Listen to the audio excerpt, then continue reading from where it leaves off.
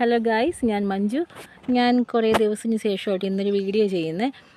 അതായത് ഇന്ന് ഇച്ചിരി മഴ കുറവുണ്ട്, നല്ല തെളിഞ്ഞ കാലാവസ്ഥയൊക്കെയാണ്. അപ്പോൾ ഒരു വീഡിയോ ചെയ്യാമെന്ന് വിചാരിച്ചു കേട്ടോ.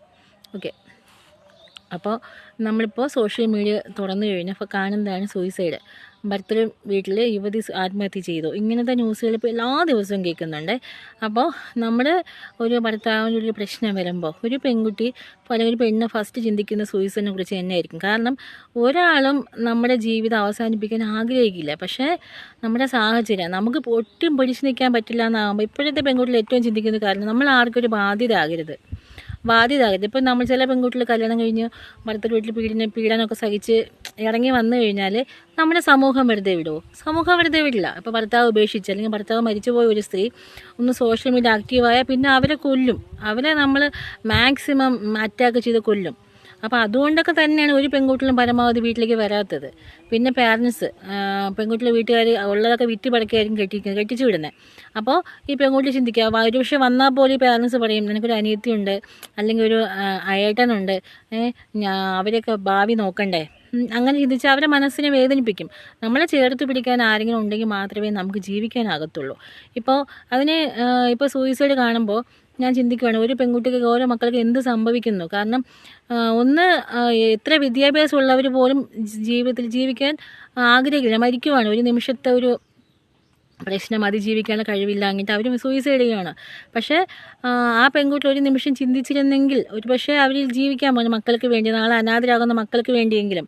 പക്ഷേ ഞാൻ മനസ്സിലാക്കിയെടുത്തോളം നമ്മളൊരു പെണ്ണ്, ഇപ്പം ഇവിടുന്ന് ഒരു പെൺകുട്ടി ഒരു ഭർത്താവ് മരിച്ചു അല്ലെങ്കിൽ ഭർത്താവ് ഉപേക്ഷിച്ചു, ഭർത്താവ് വഴി പിണങ്ങി വീട്ടിൽ വന്ന് നിന്ന് കഴിഞ്ഞാൽ നമ്മുടെ സമൂഹം അവർ വെറുതെ വിടില്ല. അതിന് ഏറ്റവും വലിയ എക്സാമ്പിൾ നമ്മളെ രേണുസുതി.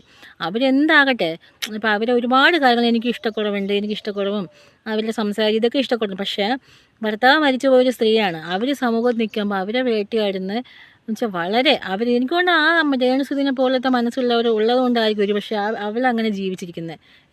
വേറെ വല്ലവരും ഏത് പണ്ടേ സൂയിസൈഡ് ചെയ്തതന്നെ. കാരണം അത്രത്തോളം അറ്റാക്കാണ്, അത്രത്തോളം സൈബർ അറ്റാക്ക് ഒന്ന് പിടിച്ച് നിൽക്കുന്നുണ്ട്.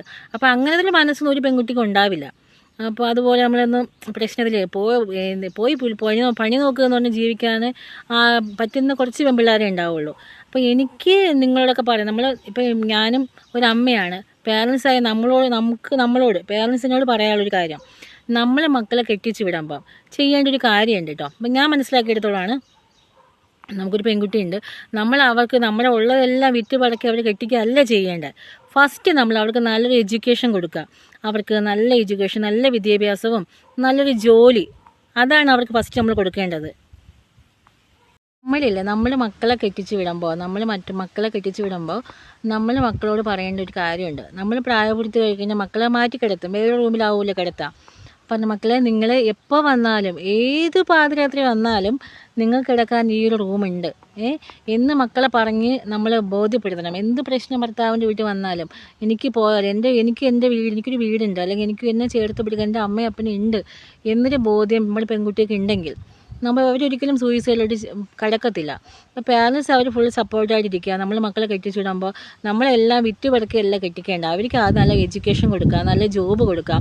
അവർ പറഞ്ഞ് മനസ്സിലാക്കുക, നിങ്ങൾക്ക് അവരില്ലെങ്കിലും നിങ്ങൾക്ക് ജീവിക്കാം, നിങ്ങൾക്ക് മക്കൾക്കും ജീവിക്കാം, നിങ്ങളുടെ ജോലി കൊണ്ട് ജീവിക്കാം എന്ന് പറഞ്ഞ് തന്നെ മനസ്സിലാക്കുക. പിന്നെ സമൂഹത്തിൽ നമ്മൾ ഇറങ്ങിക്കഴിഞ്ഞാൽ, ഇപ്പോൾ ഭർത്താവ് മരിച്ചു പോയി അല്ലെങ്കിൽ ഭർത്താവ് ഉപേക്ഷിച്ചു പോയ ഒരു പെണ്ണ് സമൂഹത്തിലിറങ്ങി അവരെ സമൂഹം കല്ലെറിയും.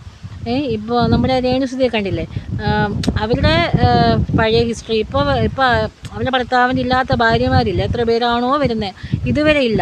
അവളൊരു പൊസിഷനിൽ എത്തിയപ്പം കാരണം നമുക്ക് നന്മയുണ്ടാകുമ്പോൾ നമ്മൾ കല്ലെറിയ ആൾക്കാരുണ്ടാകത്തുള്ളൂ. നമുക്കൊരു ആവശ്യമാണ്, നമുക്കൊരു സുഖമില്ല, ഒരു മരുന്ന് വാങ്ങത്തൊരു മനുഷ്യനുണ്ടാവില്ല. നമുക്ക് ആരോഗ്യമുള്ള കാലത്ത് നമ്മൾ ജോലി ചെയ്ത് നമുക്ക് ജീവിക്കാം. അത് എന്ത് ഫീൽഡാവട്ടെ, മാന്യമായി എന്ത് ഫീൽഡിൽ നമുക്ക് ജോലി ചെയ്ത് ജീവിക്കാം. അതിനുള്ള റൈറ്റ്സ് നമുക്ക് ഈ ഒരു നാട്ടിലുണ്ട്. അപ്പോൾ നമ്മുടെ പെൺകുട്ടികളുടെ മക്കളൊക്കെ പറഞ്ഞ് മനസ്സിലാക്കുക, അവനില്ലെങ്കിൽ അല്ലെങ്കിൽ അവൻ നിന്നെ ഉപദ്രവിക്കുകയാണെങ്കിൽ നീ പോരെ, നമുക്കിവിടെ നിൽക്കാം, നമ്മുടെ വീട്ടിൽ സ്ഥലമുണ്ട്, നിങ്ങൾ ജോലി നിങ്ങളുടെ മക്കളെ നോക്കുക എന്നൊരു കോൺഫിഡൻസ് കൊടുക്കുക, മക്കൾക്ക് ധൈര്യം കൊടുക്കുക. തീർച്ചയായിട്ടും ആരും സൂയിസൈഡിലേക്ക് പോകത്തില്ല. പിന്നെ സമൂഹത്തിൽ ജീവിക്കാൻ നമ്മളെ രേണുസുതിയെ പോലൊക്കെ നല്ല കട്ടയ്ക്ക് നിൽക്കാൻ പഠിക്കണം. പിന്നെ അതായത് നമ്മൾ ജോലിക്ക് പറയും, അവൾ ഭർത്താവ് ഉപേക്ഷിച്ച് പിണങ്ങി വന്നതാ എന്ന് പറഞ്ഞ് നമ്മളെ മുതലെടുക്കാനും കുറേ പേരുണ്ടാവും. അതൊന്നും മൈൻഡ് ചെയ്ത്, ഇപ്പോൾ രേണുസുതിനെ കല്ലെറിയുന്ന കണ്ടാൽ ശരിക്കും പറഞ്ഞാൽ അവളൊക്കെ ആയതുകൊണ്ടാണ് പിടിച്ച് നിൽക്കുന്നത്, അത്രയും വലിയ മൈൻഡ് ഉള്ളതുകൊണ്ടാണ് പിടിച്ച് നിൽക്കുന്നത്. ഇത്രയൊക്കെ നെഗറ്റീവ് കേട്ടിട്ടും പോടാ പുല്ലേന്ന് പറഞ്ഞ് നിൽക്കുന്നില്ല. അതൊരു ധൈര്യം ഭയങ്കരം. പക്ഷേ ആ ധൈര്യം എല്ലാവർക്കും കിട്ടിയെന്ന് വരില്ല. അപ്പോൾ അതുപോലെ ആകണം, നല്ലൊരു സ്ട്രോങ് ആയിട്ട്. നമ്മളെന്ത് പറഞ്ഞാലും നമുക്ക് മുന്നോട്ട്, നമുക്ക് ലക്ഷ്യം വേണം, നമ്മൾ മുന്നോട്ട് പോകും. നമുക്കൊരു സേവിങ്സ് അല്ലെങ്കിൽ നമുക്ക് ലക്ഷ്യമുണ്ടായി നമ്മളെ തോൽപ്പിക്കാൻ ആർക്കും ആകില്ല. അപ്പോൾ ഇത് കാണുന്ന, എൻ്റെ ഈ വീഡിയോസ് കാണുന്ന ആർക്കെങ്കിലും വീഡിയോ പ്രയോജനപ്പെട്ടു എന്ന് തോന്നിക്കഴിഞ്ഞാൽ പ്ലീസ് ഒന്ന് ഷെയർ ചെയ്യണം കേട്ടോ. അതായത് നമ്മളെപ്പോലെ ഇനിയൊരു പെൺകുട്ടി സൂയിസൈഡിലേക്ക് പോകരുത്. എല്ലാ പാരൻസും അവരുടെ മക്കളൊക്കെ കല്യാണം കഴിപ്പിച്ചിട്ട് മക്കളെയൊക്കെ ഒന്ന് പറഞ്ഞ് മനസ്സിലാക്കുക.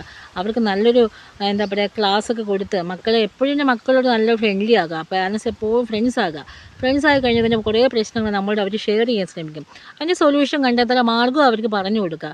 അപ്പോൾ അതിലവർ വിജയിക്കും, 100% വിജയിക്കും. അപ്പോൾ വീഡിയോ ഇഷ്ടമായ എല്ലാവരും ലൈക്കും ഷെയറും സപ്പോർട്ടും ചെയ്യുക കേട്ടോ. മാക്സിമം ഷെയർ ചെയ്യുക. Okay, thank you, by.